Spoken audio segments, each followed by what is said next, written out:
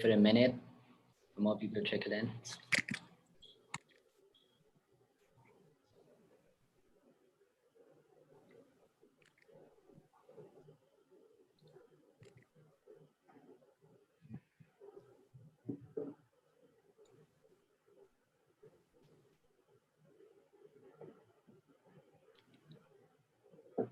All right, welcome everyone to our event on careers in crypto.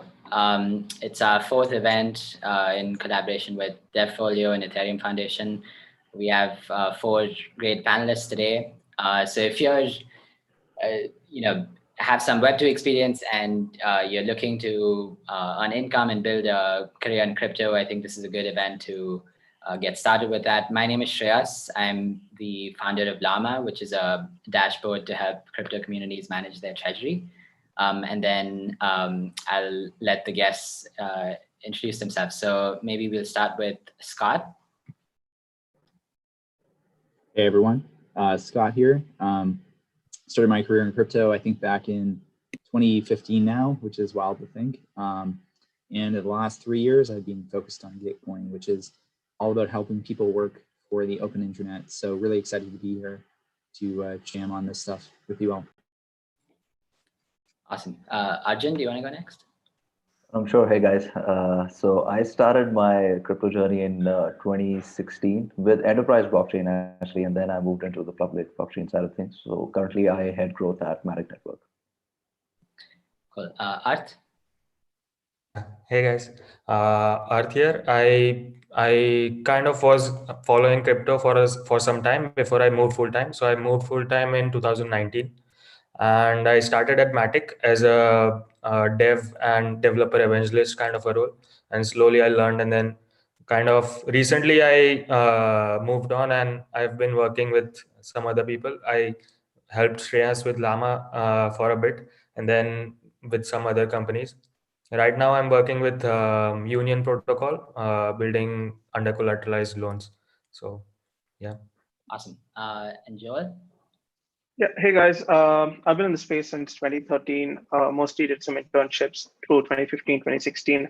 Formally joined the space in 2017 as a research analyst with a UK-based VC firm. Currently involved with Ledger Prime, which is a hedge fund in the US. So mostly handling the research and investment side of things. And yeah, it's been a good journey over the years. Great. Can you, maybe we'll start with Art, if you can describe how you got into crypto and just what skills you needed as a developer to transition into building in crypto and Web3.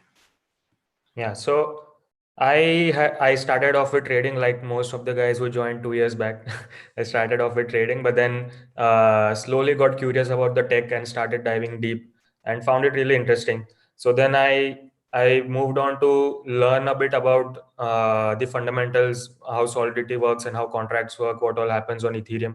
So yeah, I had some basic knowledge before I started, but the most important thing that I would say that helped me was the ability to learn, or the hunger to learn, because even after joining Matic, like now after that, I ended up with the best crypto minds in India, maybe. So yeah, then I just had the opportunity and learned from them. What would you say was the most challenging when you first started off with building in crypto? Is there something that you think would be helpful to cover for someone new, that they don't go down sort of a wrong rabbit hole to start off with? Just things around saving gas and optimizing for gas. I would say like that is something that people need to keep in mind, because contracts cost money, and yeah, so that would be something they need to keep in mind, I think. But just interacting with wallets, and there's a UX moat around crypto basically. So you need to know how things work at some point, at some level, before you can actually use it. So that. Cool. Arjun, what would you interact with a lot of young devs in the space. What would you say are things that stand out about the top people that you meet? So I think some of the, So I've seen the best person have a very good understanding of what the ecosystem also is like.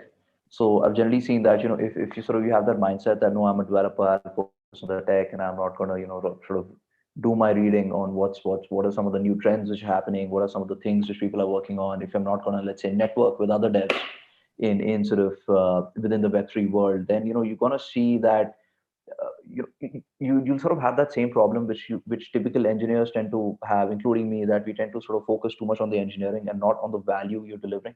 So it's so important to sort of tie in that sort of business aspect and understand the ecosystem, understand what are the needs and wants, what are the problems which you need to solve, why are those problems there in the first place. Is it a technology problem? Is it a traction problem? Is it that you're not able to explain your value? So I think the best developers tend to have a very good handle on the ecosystem as well. They also tend to be well connected amongst each other. They have regular cadences or sort of are part of those Discord groups where they discuss things about the ecosystem. So I think that is something which I think if you're a developer, of course you should spend time, sharpening the skills and like Art said, focus on things like optimizations, gas optimizations and things like that. But an equally important aspect of your repertoire would be your knowledge of the ecosystem. And that is when you can build the right thing at the right time.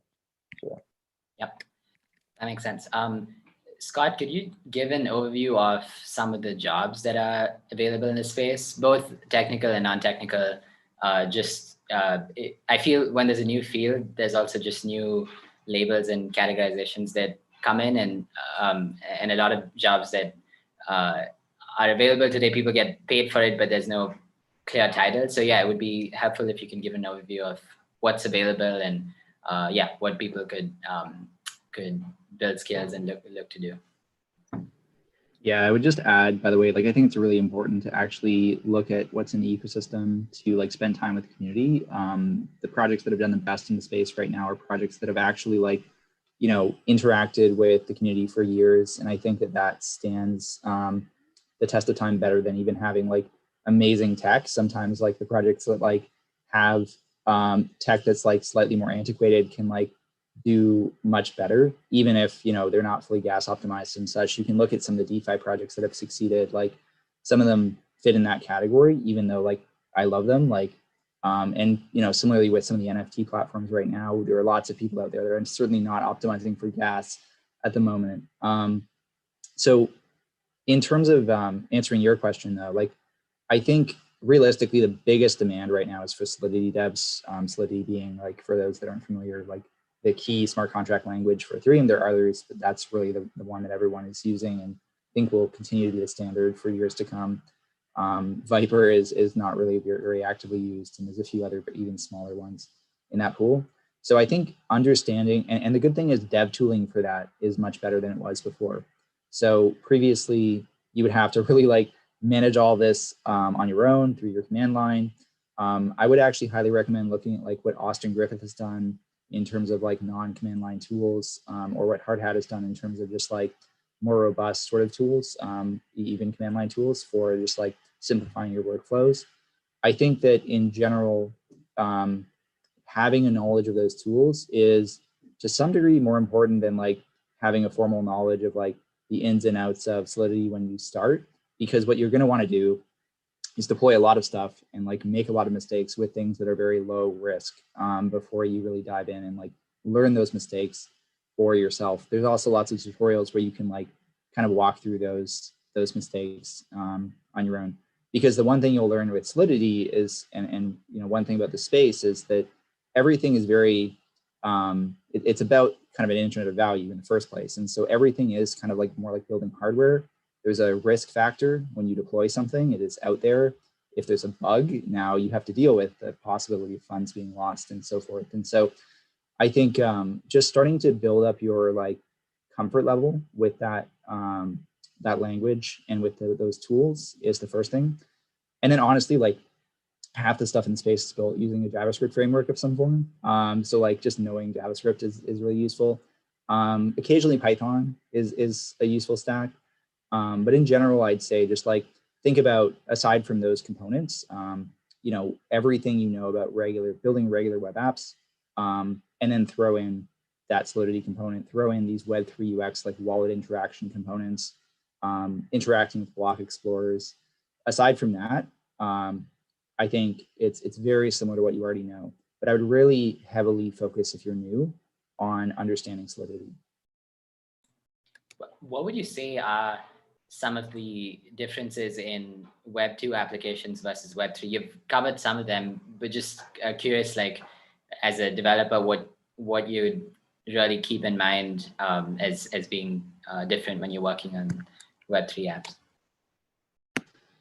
I'll just echo the UX point, but I'd love anyone else to jump in too. Like for UX in Web3, like to be fair, it is kind of a mess right now. It is very, very new. The wallet interactions, the options you have, whether it's on Ethereum or other chains, are very different. And therefore, like the average like user and their sort of onboarding process is going to be very different from what they're used to. So just being very mindful of that, being very careful with how you walk them through onboarding flows, that kind of thing, I think is really key. And then I think just the point about like thinking about it as hardware is important too, but I'd love anyone else to chime in. I'd also note just very quickly, it's kind of like my plug, is that like Gitcoin.co does have a lot of like easier tasks that you could look at if you're really trying to just like understand like what are people trying to build right now at the moment, and like how does that fit into the space. And even if you don't complete them, just like looking at them, seeing what's out there, I think would be useful. Yeah, that makes sense, and would love to get into Gitcoin data. Anyone else have thoughts on some of the differences to keep in mind between Web 2 and Web 3? So I think it's just the fact that Web3 follows like a decentralized distributed computing concept. So essentially, the way you need to think about computing in the form of a transaction versus computing is something which, you know, and I think Scott touched upon the right thing there, that you start with Solidity, you'll begin to understand, you know, what is the difference here. And I think when I initially started as a developer, like this was like the most, you know, sort of difficult thing for me to grasp. Like, I mean, like, you know, what is this transaction, and how it sort of, you know, sort of eventually it sort of settles in your mind that what distributed decentralized technology is all about is that you represent every piece of computation as a transaction. And that's why there's a cost associated with it. And that cost has to be paid by someone who essentially provides computing power to that network, which could be anybody, right? So you think of computation as a set of transactions versus really computation. And I think if you sort of have that mental model, you begin to realize why, you know, you can't maybe do some of the things which you can do in the centralized world, and why the centralized world cannot do some of the things which the decentralized world can, right? So you begin to understand why computing power cannot be thought of as in terms of megahertz or it's terms of instructions per second, but really very differently. And this is kind of why so when you begin to sort of wrap your concept around this, that every piece of computation is a transaction, then you begin to understand why the blockchain database looks like a ledger in the first place.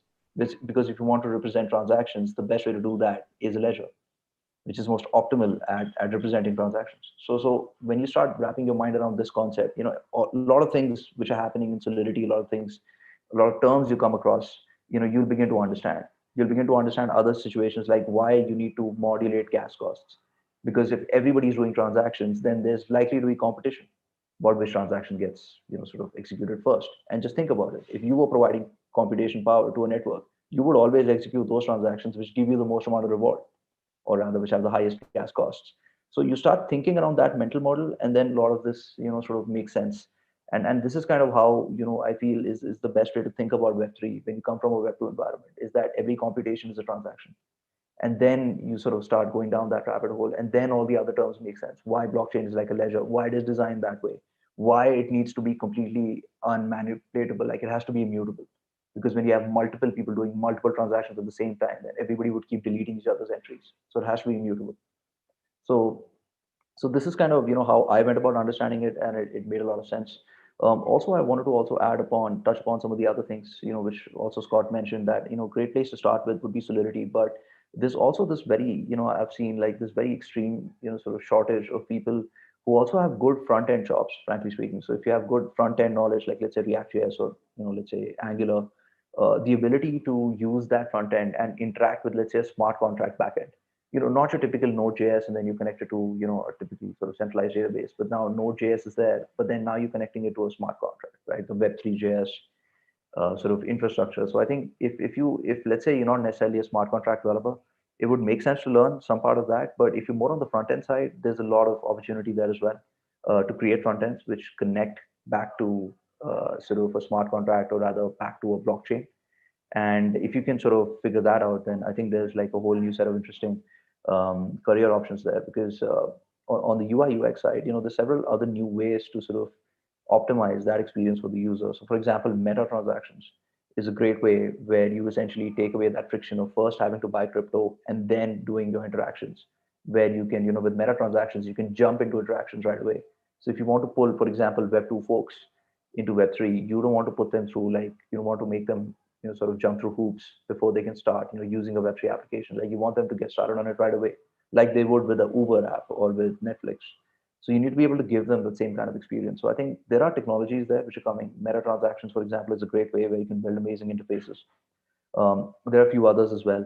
How you can sort of make more responsive interfaces, something which would appeal to the average user who's used to like a Web2 environment. So this is kind of something very important as well, which, I feel sometimes gets lost in translation in Web3, but now is taking forward, is that if you plan to, like, all of these things we talk about getting the next million users, but the next million users are already used to a certain type of UI UX. And if you cannot give people the same experience in Web3, then, adoption is going to be a problem.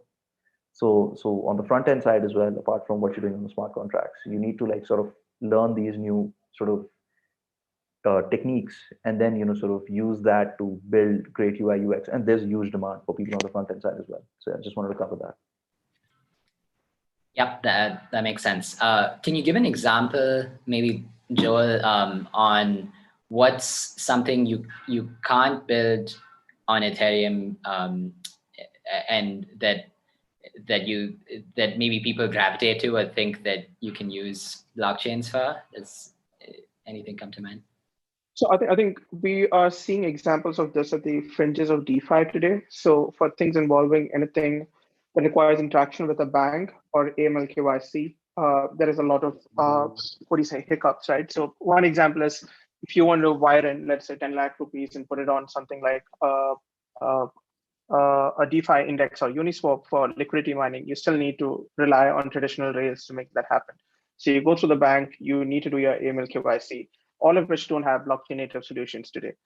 So that is one of the most common thing that I'm seeing, is that, sure, once you onboard the user to crypto, there's a lot you can do, but onboarding still requires traditional tools.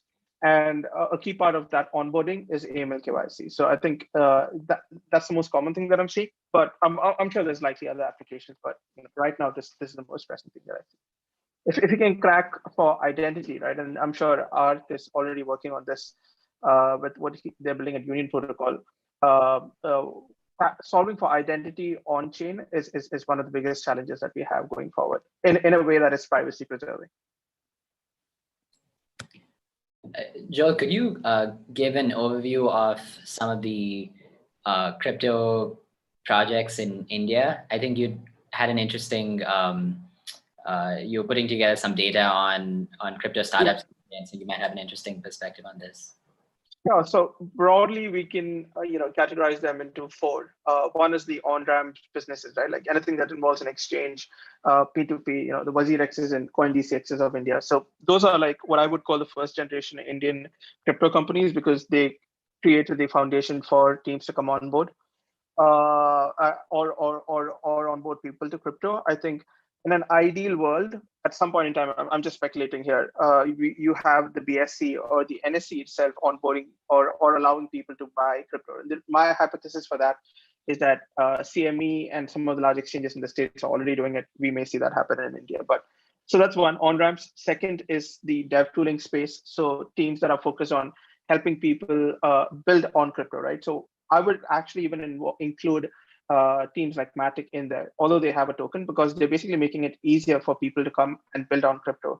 So you have a range, teams that go all the way from training people to even giving the key tools that a developer needs. So that's the dev tooling space.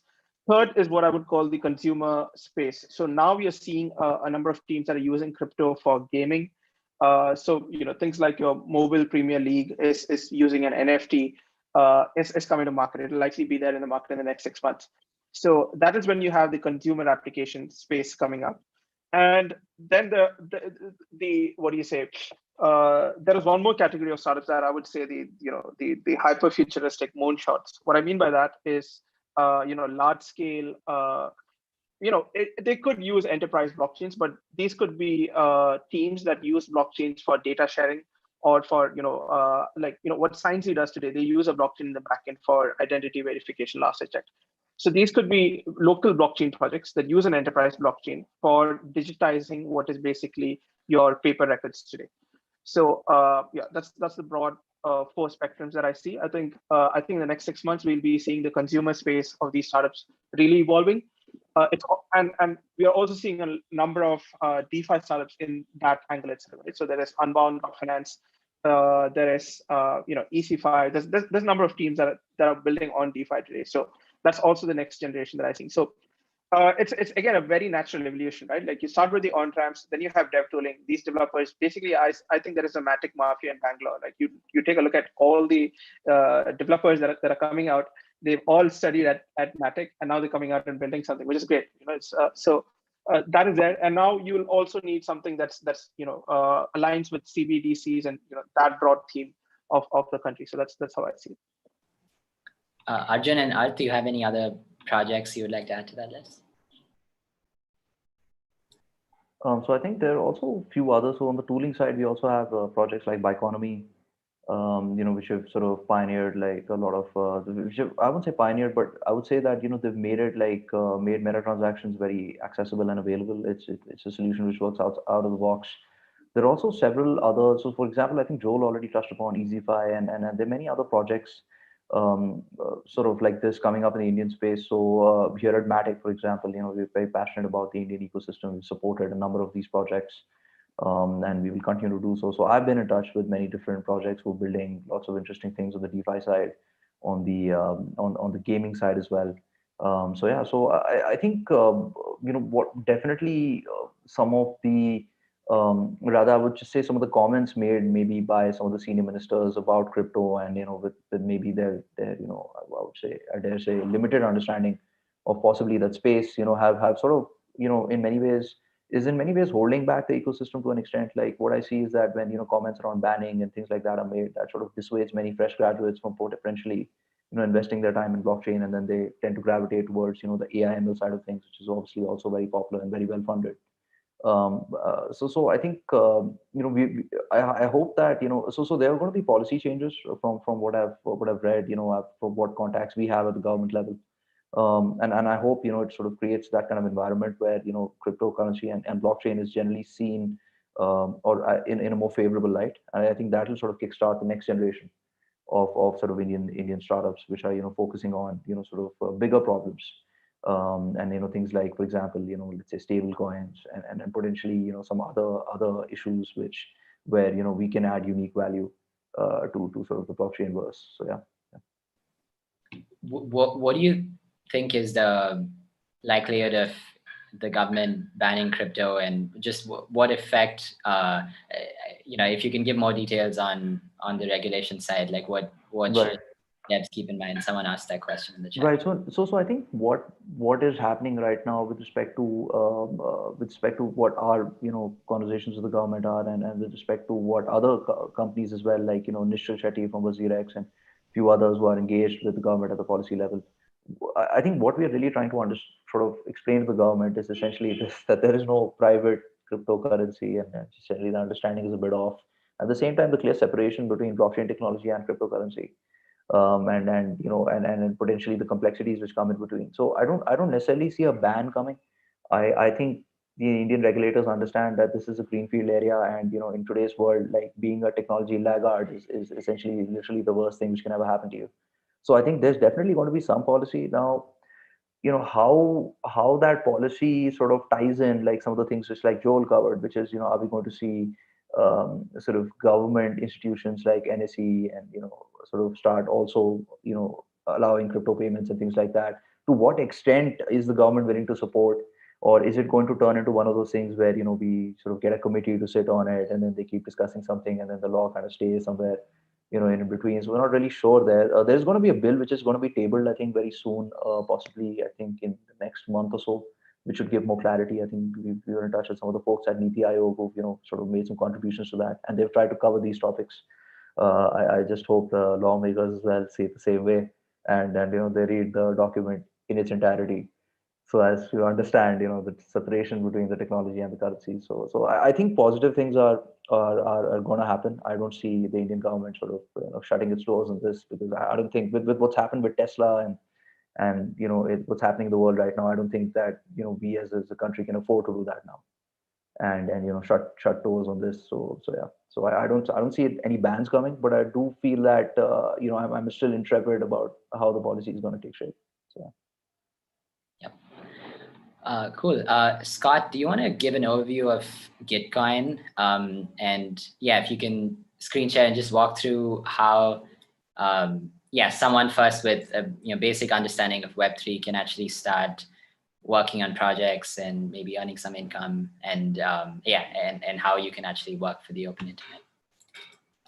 Definitely. And I just responded to a comment in chat, which is like, it is interesting. Like there's a lot of regulations that are changing around crypto. And like, I do think taxes around, how you're paid in crypto are one of them. I'm not sure how the rules work in India, but like, generally speaking, I'd be surprised if things were sort of taxed before you sold the asset. It'd kind of be like being taxed on, cap gains for your stock before you sold it, in my mind. But that's just my North American perspective on how that would work. So don't take that as, canon. But we actually, on Gitcoin have a few different products. We're actually kind of like combining the nav together to make it a bit more simplified. But like the main one that I think people gravitate towards first is bounties. And the reason for that is just like, there's a lot of miscellaneous tasks that you can like sort of sync into. And I actually have this done by work done. So let me go to open tasks so you can just see like what's actually up right now.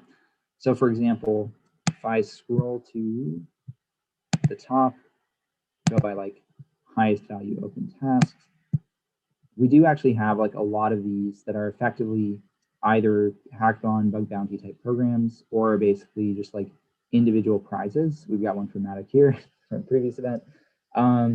And like, these are just like some of the highest ones that have gone through so far. So you've got like 5 ETH, like 100,000 Zilliqa. And I think generally speaking, like the good thing about this is there's no real like risk to getting engaged here. You can just kind of like try things out. You can see what you find interesting. And like realistically, any of these tasks like may or may not be a good fit. So like you can just choose what works best for you. You don't have to choose something that's basically just, not within your skill set. And so I think that's one really interesting area. But the other one that I think is really interesting, if you've already got a project, is grants or kernel. And so Shreyas, you're actually part of the kernel program, so I'm not sure if you want to speak to that a bit and your experience there. But in terms of, and by the way, hackathons are very similar. Like we just have events going all the time on that front. I think everyone here probably knows what those are like. But in terms of grants, really the interesting part is that you can create a project and you can put up like basically a suggestion to have community funding over a multi-month period. So the real interesting thing here is that we've had projects be, like Austin Griffith or Uniswap or 1inch Exchange, Tornado Cash, funded through grants initially. And now, of course, they're big projects. But before that, they were really just small grants. And so if you do have an idea, if you already know what you're working on, if you're already building it actively, don't be shy to put up a grant and ask the community to help you with your funding. Ethers.js is a great example on the infrastructure side of a project that like Richard Moore really just started randomly as a way to compete with Web3.js because he wanted something that was more compressed. He wanted something that was more like, he was actually just almost in a competition with someone named Nick Dodson to try and make like the smallest possible library for this purpose at the time. And now it's become really a standard in the space. And part of that has been through grants. I'm actually surprised that we don't show that. Yeah, there we go. The all-time funding, I'm like blocked on my screen, is like 97,000 for this project. And like, it's something Richard would never have otherwise really gotten. And then kernel, I'll let Shreyas talk to it maybe just a tiny bit, but it's really more of a program for you to continue your project and learn with other peer mentors in the space in kind of a more intimate environment. So we choose 200, 250 people per cohort. and we run through 8 weeks of learning with them in a more hands-on fashion. And at the end, you know, they have the option to get grant funding, similar to with grants, but also to get venture funding if they're creating more of a company that they believe is backable in that fashion. So rough overview. I know I'm kind of over time, so I'll stop there. Yeah, that was great. And a little bit about Kernel. Yeah, I think it's a good space to you know, work on a project basically and get feedback from folks. You have a lot of experienced people in the crypto ecosystem who can give feedback on your project and you know, help you see what direction you can take it. And definitely the connections are helpful too. Like there's a bunch of people that I've met who, you know, I just wouldn't have come across in my sort of social graph that are working on cool projects, some of whom you know, I could collaborate with in some ways. Yeah, so I definitely recommend Kernel. I think it's a good, especially if you're if you don't have a lot of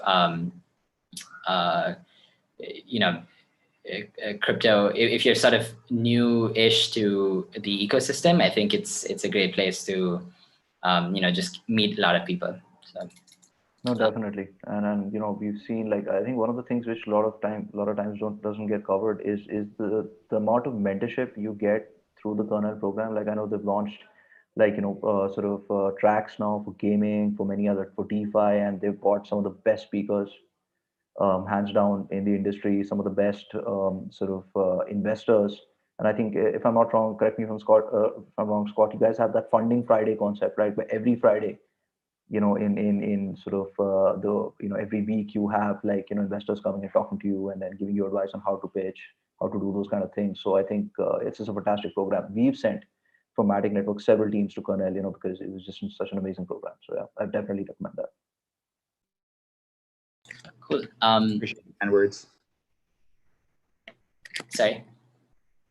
Just appreciate the kind words. Like it's one thing for me to like sort of like talk about kernel, but I really just, I'm glad to see that it's resonating with people. Like we took a bit of a risk on it like last year, and it's really been great to see people rally around.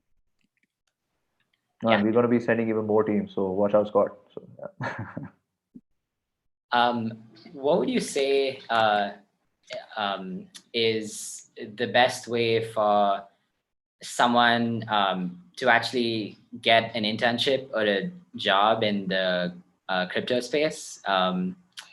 If someone has you know, maybe done a few Gitcoin bounties, just, you know, what would be their next steps? Art, can you take this? Yeah, so there's definitely the traditional routes of like searching on AngelList or something, but the more exciting thing that's happening in crypto is the whole community is kind of very tight knit and very open. So you can just reach out to people on Twitter and you can talk to them, and you can go to their Git repositories, and you can start away with just sending a PR, and then see how things, like if you're comfortable with working with them and if they are comfortable with you, that you can just take it from there. So the whole community is like it is a very strong point in crypto right now. So like if there's a new person entering, I would definitely recommend them and recommend being active on Twitter and being like just talking to people and exploring the space. So like that would be a much better route than just searching for companies, I think. Yeah, that's a great point. Arjun, Yeah, no, I second what Art says. You know, this is exactly what I was talking about, that ecosystem understanding. So if you don't go and connect with people, right, you're not going to be able to get that real sort of understanding of where things are moving, what people are doing, what kind of projects they're working on. And all that information is in public domain. You can see it on Twitter. So if you don't engage with these communities, then, you know, you yourself are selling yourself short. And also, like just how Shreya said that if for example, if you've, you know, sort of executed a bunch of, you know, Gitcoin bounties, and, you know, you've done that successfully and you have some skills, then I also strongly suggest you send me your resume on my email address, because we are actively hiring. And if you've done that, then in fact, I will just put that there right away, so as to, and there we go. So you can just shoot me an email, and you know, with your resume, we'll set it up. So our tech team's expanding, our business teams are expanding. I'm hoping to hire some guys very quickly in my team so that I can, maybe sleep a little. So yes, so please do apply, and yeah, would love to have you on board. Great. Yeah, you can join the Matic Mafia. I think, Arjun, you sent it to the panelists, so if you could just send that to. Oh no, I will have to put it on the Q&A. Just give me a second. Where do I put that? In the Q&A? Yeah, you could just Oh send. no, wait, I can just do it, send it to panelists and attendees. Okay, let me just put that right there. Joel, would you have anything to add to that? I would think about maybe if you could answer this in terms of someone who is in college and they're sort of looking at working at Facebook, Amazon, and just weighing the opportunities out there, and thinking more practically on, is this something they can work on for 10, 20 years and actually build a career in the space? What would you say to that person? Right. So I think I do have some light there, because I was actually sitting on an offer from Amazon in some sense when I was leaving university. And what I ended up doing is I joined a smaller firm for continuing research in blockchain, and I quit my job there the first month because I didn't quite like it. So I think the way to think about it is, can you, it really boils down to financials. One is, do you have the runway to really go ahead and experiment for the next 3-5 months if you don't make a tangible career out of it? Two is, if you don't have the runway, how can you make enough money to get the bills going and cover that expense? Because usually what you're doing at that point is you're investing time to build skill sets over 3-4 months, and then your income basically goes in an exponential curve at that point. Third is, can you also build a network in blockchain prior to university ending, right? So if you're looking to get into crypto, then you don't start applying for jobs at the end of college. You basically started in the year before it ends. You start reaching out to people, you build those connections, and most importantly, you either intern with them, or you build things and just share it for free with the community, because sooner or later someone basically reaches out to you. And I think, what do you say? The way to think about, is it something that I can work on for the next 20 years? I don't think so, because I've been in crypto for 5-6 years, and the way we think about crypto basically evolves every 2-3 years. So you may start off working on something now, but 4-5 years from now it may be something completely different. So context, now we have blockchains bifurcating into what is DeFi, NFTs. So that's the social asset space. And you'll also likely have more sophisticated things like data markets and identity. And so there's a lot to specialize in within blockchains at this point, right? So I would think, be curious, try to get your foot in. That's the first thing, even if it does not look safe and sound early on. Try to make sure that the financials make sense, because if you're struggling to pay the bills, don't hop on. Do it relatively slowly. And third is, surround yourself by the brightest people. And that's one of the things you can do in crypto for free. You can just make a Twitter list with all the smartest people. Definitely there are people who trade and all, but there are also people who are educational in what they do. So if you just surround yourself by them, in 6 months you'll likely learn more than what you could in university. That's something I can vouch for. Yeah. I would also add the Ethereum India fellowship, which is targeted at basically this type of person who has some Web2 experience, maybe is in college, and it's an 8-week fellowship where you basically get paid to build something in Web3. I've sent the link out here. The applications are closed for this year, but definitely recommend watching out for the next time this opens up, because it's a good way to transition. Cool. When Scott, when you see some of the some of the other opportunities in crypto, besides the dev opportunities, how would you first, what are those opportunities, and what would you say are the skills required for finding those roles, whether it's community manager or other roles within these ecosystems? Yeah, I think community management is probably the one that I was about to say. It comes to mind the most readily. But community management in this space is very different from end marketing or any of those things. They're very different from Web2 because the community is very different. Actually, Andre from Wi-Fi, for those familiar with sort of the Wi-Fi project, has a great sort of like way of framing this, where they kind of reframe the idea of like mergers and acquisitions to like collaborations and partnerships. And like, I think that captures the ethos of Web3 really well. Like people aren't really like actively competing. Everyone is kind of building these open communities, which like do intersect and overlap in a lot of ways. And the way that they succeed is by just like growing the overall pie. Like at this point, the ecosystem is so early that like everyone is pretty much like collaborative and open. Like I forget who mentioned, but like, yeah, you can just really reach out to people on Twitter, you can reach out on like Discord, and those communities will be really like welcoming.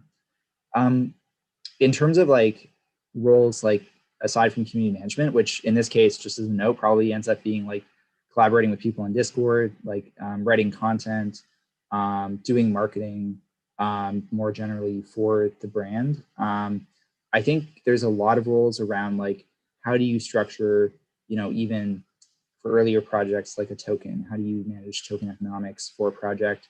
There's lots of projects that like, I don't think have that economic background or that modeling background necessary to make their dreams happen. And like, there's lots of roles that I've seen that are available for that. There's lots of roles available for just sort of like general like operations. There's a lot of like events like this happening, for example, the one we're on now, which like do require a lot of coordination, and it's a global sort of community. So that coordination is just like exponentially greater. And so I do think, you know, if you have a background, even just like really managing events, managing any kind of like more global operation, like that kind of experience is really valuable in crypto. But again, I would stress with all these things, like it's really not as formal as it is in Web2. You can get involved in any of these roles like much more fluidly than in Web2. And it really does require that initiative to just like get involved in those Discord communities, in Twitter threads, like just be part of it. And people will be pretty accepting. So like, I'll shout out to maybe like, you know, we work with Raid Guild as well, which is another sort of like group of developers that like do a lot of really cool work as a DAO for various projects in the space. And, you know, Raid Guild has been a huge source of just like collaboration for us. And like those sorts of communities, you can literally just like enter the Discord, say, I want to work on whatever, and get started, similar to like with Gitcoin bounties, how you can just get started. So just keep your eyes open on those opportunities. Check, you know, different Discord channels out, crypto Twitter. It sounds silly. Those are really like important places to be. Yeah, I second that. I think if you just find projects you're interested in and join their Discord, I read a tweet saying that the best community managers just emerge from the community. And so, yeah, if you just join the Discord and, you know, initially you're probably just learning, and then later you ask questions, and then you just participate in any way. And yeah, like roles just open up. And I feel now is sort of a time in the space where there's just a lot of demand for more roles. Projects are actively looking for people. So if you're willing to take some initiative, you know, both in the technical and non-technical side, there's sort of a lot of openings available for that.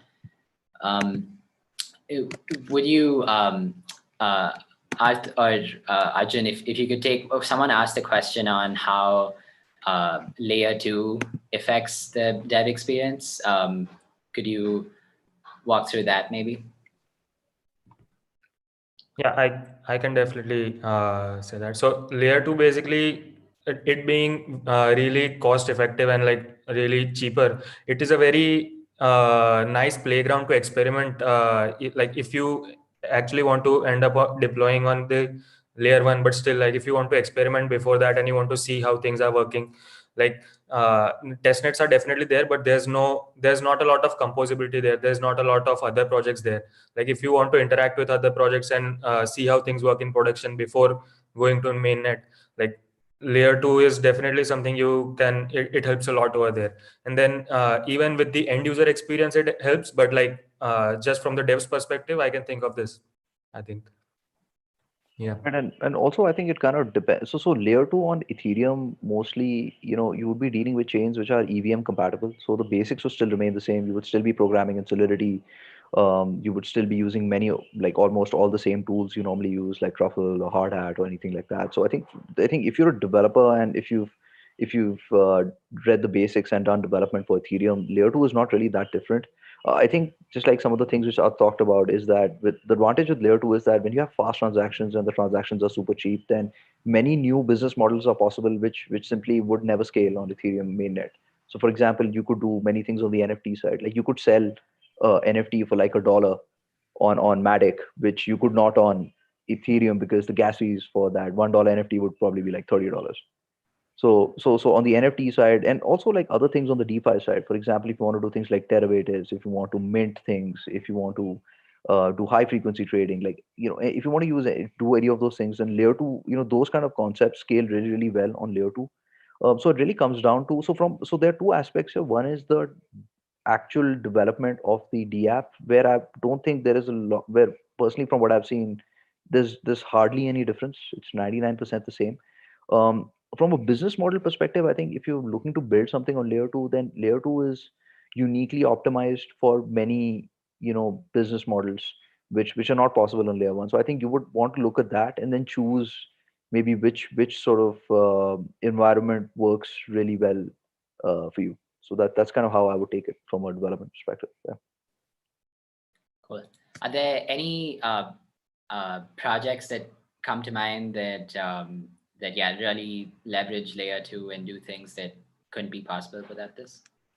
So I think there's several of them. I think there's Poly Market, which is a prediction market. So prediction markets revolve around lots of sort of people betting on certain world events, and if you want to do that in a very seamless manner and allow lots and lots of people to do that at the same time, then you have to do it on layer two. You simply is not possible on layer one. At the same time, gaming, for example. So when you look at gaming and NFTs, essentially the whole business model revolves around engagement, right? And engagement tends to be transaction heavy. There are multiple touch points.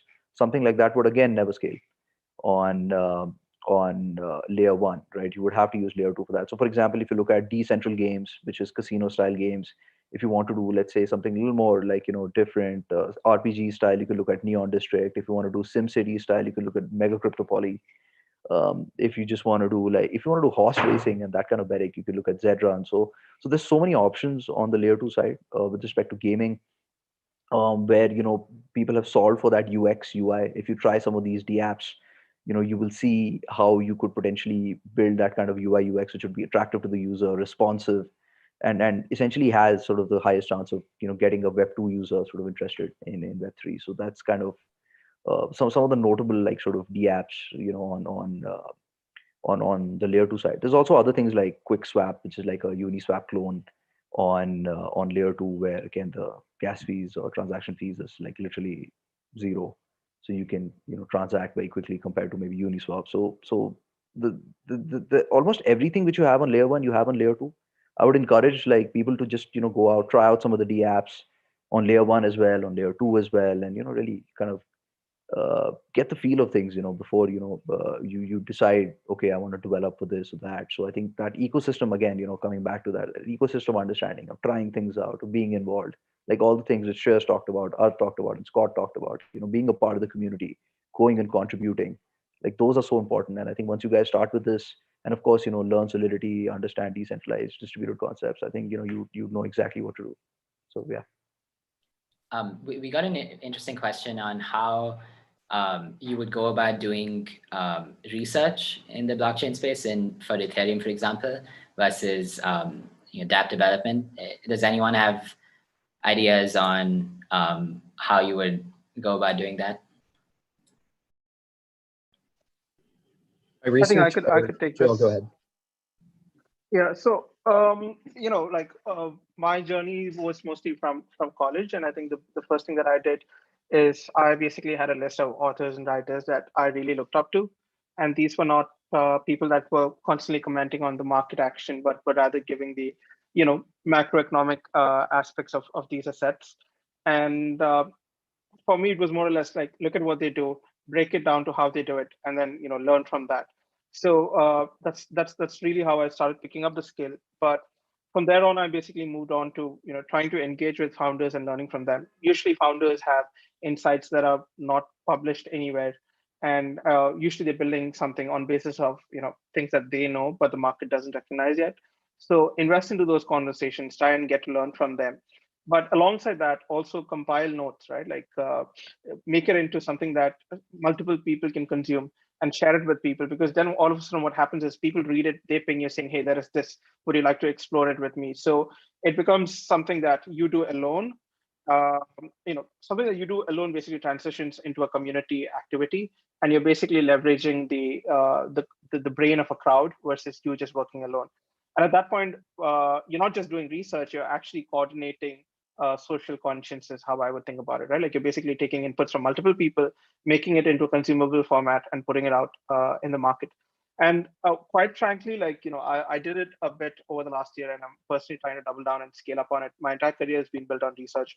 I think it is one of the most high leverage activity, after coding, I would say, because both of these are things that you do once and then it's used again and again. So let me give context, right? Like when you code and you deploy code, millions of people can use it. Same thing with research that is good and useful.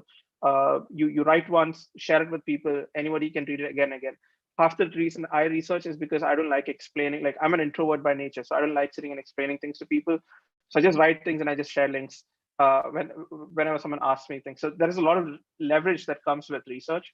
And most importantly, you can also work with founders that have specific problems. So you'll always be in the frontier of your industry, right? Like right now, I'm researching the creator economy. So I go back to someone that's helping people fund their projects, and I discuss with them. I'm giving him insights. He is sharing his inputs with me, and now all of a sudden we have. I'm not just creating content. I'm actually pushing the boundaries alongside him, and that's really the ideal spot you want to be, because it's very, very rewarding to be in that zone. Yeah, that makes sense. Scott, do you have anything to add to this? No, I think that like covers it really well. I would, if you're looking at like research in the like hardcore, like, at the infrastructure level, you would probably want to go to ETH Research, just one resource that I think would be really good to like check out in terms of what's happening in the ETH2 world. And then just, yeah, I mean, there's a lot of really good writing on sort of like, I mean, it sounds funny to say, like, there's not really academic papers anymore that are, I think, leading the way here.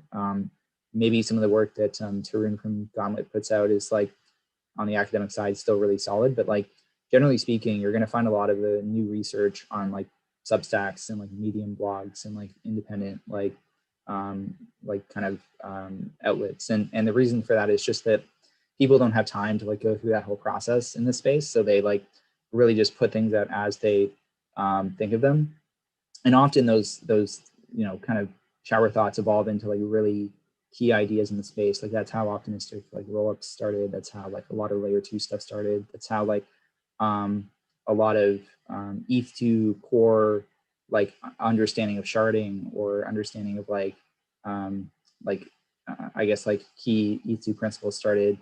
There's a lot more, like it's probably not worth going into like the details of each of these things I'm realizing, but like we can, I'm happy to talk about any of that offline. Could you, if you're interested in research, is there something you could work on Gitcoin through like other research opportunities that you could find there? We do have a few. It's less common than like having like development related tasks, but for hackathons, like a lot of it is when it's not app layer focused on kind of like research into new improvements on like UX, new improvements on like kind of like how you would think about crypto apps from first principles. We did have one, so I'm not sure how many people know, but like ETC had this issue where there were 51% attacked. And so we did have one program where we went through with them what it would look like to write sort of a spec for preventing that kind of 51% attack in the future. And like people described a few different methods through that process. I do think it's the kind of thing that requires you to have a bit more knowledge of the space before you can really, like, to Arjun's point earlier, like, you know, the ideas behind this technology are really like decentralized computing sort of like principles. And you have to have some knowledge of that before you can really dive in. But if you are interested, I do think, you know, search around, and I could even just provide if we connect after some opportunities that come up for me on the platform that are of that type. Great. Maybe we could end with just everyone like giving one really cool project that you've come across that that excites you about the space, that you think people should dig in, both to use, and maybe if there's good documentation for them to like actually understand how it works. Art, do you want to start?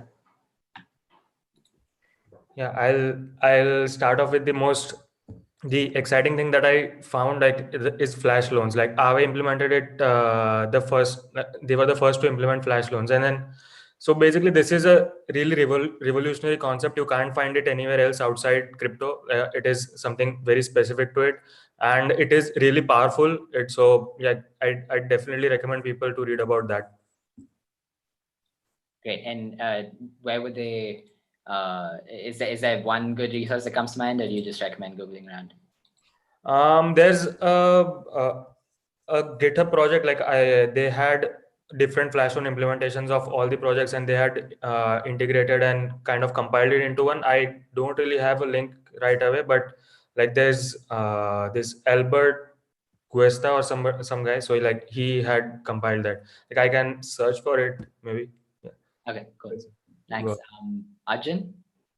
I think if you guys are little interested on the gaming side, so you might want to look at Avagochi. So Avagochi is an interesting project deploying on Matic, and it's basically a play on Tamagotchi. I don't know if you guys remember, like if in the 90s we had this virtual pet thing, and essentially Avagochi is like a virtual pet which you can sort of, it's like an NFT, and you can sort of add items to that pet, which sort of get coalesced into, which are also separate NFTs, and then they get coalesced into another NFT. Then there's a DeFi element as well, where it's sort of every Tamagotchi or every Avagochi which you sort of buy as an NFT is also interest bearing. So it sort of keeps increasing in value. So, they've combined a bunch of different concepts into like this one package, which is also fun to play around with. And the best thing is they've got great documentation. So if you guys may want to check out, in fact, let me put it right here. You might want to check out Avagochi. I think it's something pretty new and exciting, and you guys might find it pretty fun. Yeah. Yeah, I think one of the most interesting things in crypto is how these different segments actually interact with each other, like NFT and DeFi and DAOs. And oh, definitely. And yeah, we have these neat categorizations, but in reality, they all sort of intersect in very interesting ways. Definitely, and it's fun for devs, to sort of look into that and try and find new ways to sort of now put in even newer elements. So I think this would be one way which you could really like sort of kickstart your imagination on what are actually the possibilities, right? What are some of the craziest things people can do? So yeah. Joel, awesome. Do you have projects, man? Yeah, Joe, I think was someone speaking? Yeah, I think I'll just go ahead. There is Stellar.finance. I'm just dropping in the white paper here. The reason why I think it's interesting is because it plugs the off-chain world with DeFi today, and I think it could be very interesting. I wrote a bit about it a little while earlier, like last year. So I'll just share the link to that too. I think the reason why it's interesting is because it makes global scale credit scores possible, which is something current banking infrastructure is not really able to solve for. And I'm curious to see if they can actually.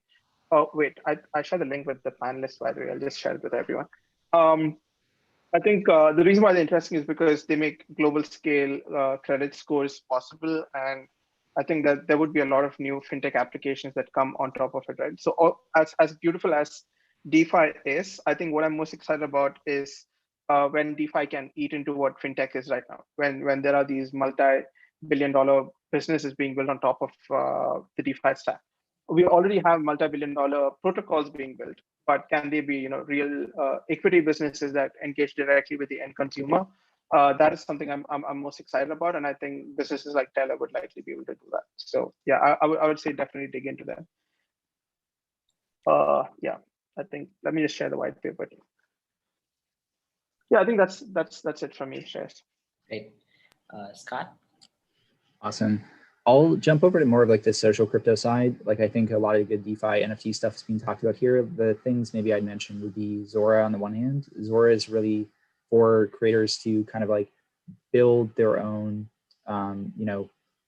platforms for minting NFTs or for like distributing their own almost like artworks. And they have sort of like a pretty good starting point for their API and for their code base, which is quite new. So like I kind of feel like it's interesting because there's a lot of stuff that's being untapped on Zora so far. A friend of mine, Anish, built a open source front end version called Zora.gallery for them, which was interesting as a starting point. I believe there's some work being done in terms of like how can you apply the same concepts to writing as you can to visual art or auditory art on the platform. And so actually maybe that's a good transition just to also mention Mirror, which is doing some work on this front. Mirror is kind of like a decentralized Substack, if you're familiar. Trying to find ways for communities to like kind of emerge around pieces of work, pieces of writing. Those are probably the two I'd mention, but I'd be remiss if I didn't also just quickly mention Collabland, which is more of an API for people to build their own sort of like online tokenized communities. I'll stop there. I would just recommend looking more into those. I probably can't go into too much detail here as we're over time.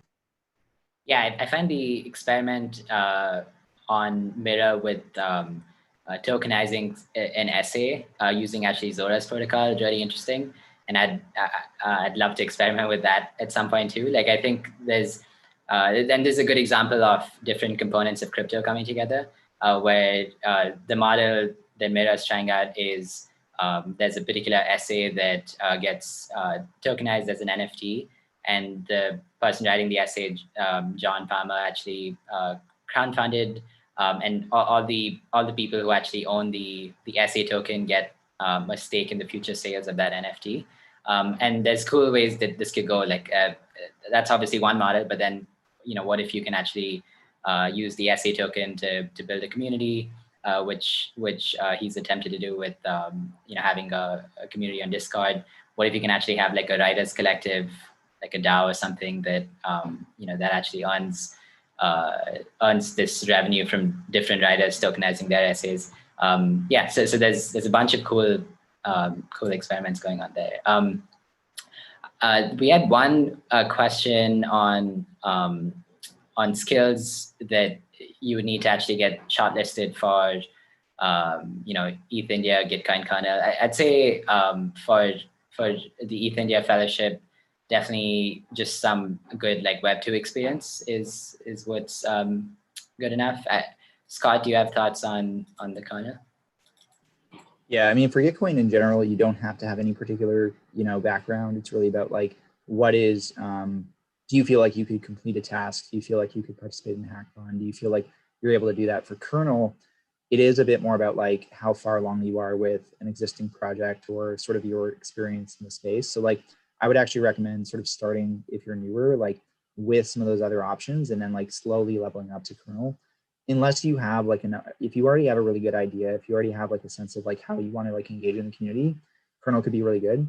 The challenge is like, because it's a very peer-to-peer environment, it requires you to sort of like already, be able to also contribute back to the group in terms of like, hey, here was like some learnings I had from like building this out. Like maybe you built out a Collabland type project and you want to explain to people sort of like how something like that might be engaged with in say like the DeFi space, and how you can extend it with some DeFi primitives. Like that would be the kind of interaction that would make a lot of sense to go to kernel for, because you'll meet a lot of people in these other spaces that you want to engage with. But definitely it is a bit like more of a process to get to the point where you have those ideas and you've implemented sort of the first, like the kernel of them, no pun intended. Awesome. I think this was a great and very helpful session. We've gotten some good feedback too so far. If you guys have any questions, I'd say try to find people on Twitter. And I think generally folks are pretty open to if you're interested in a project, just joining that Discord and asking questions there. But Thanks, everyone. We actually have a session with Balaji Srinivasan on Friday on building the network state. So if you're interested, join that session as well. Thanks, guys. Thanks all. Thanks, Shreyas. Thanks Thanks, for having us. everybody.